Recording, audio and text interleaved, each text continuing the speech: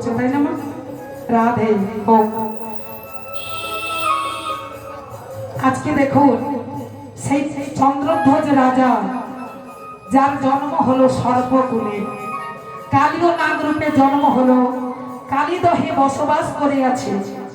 কিন্তু আজকে ভগবানের সমস্ত সখাগণ সবাই গেল ওই কালীদহের তীরে। কালীদহের তীরে গিয়ে নির্মল স্বচ্ছ পরিষ্কার জল দেখে সবাই চিন্তা করলেন। সবাই চিন্তা করলেন কি জানেন মা?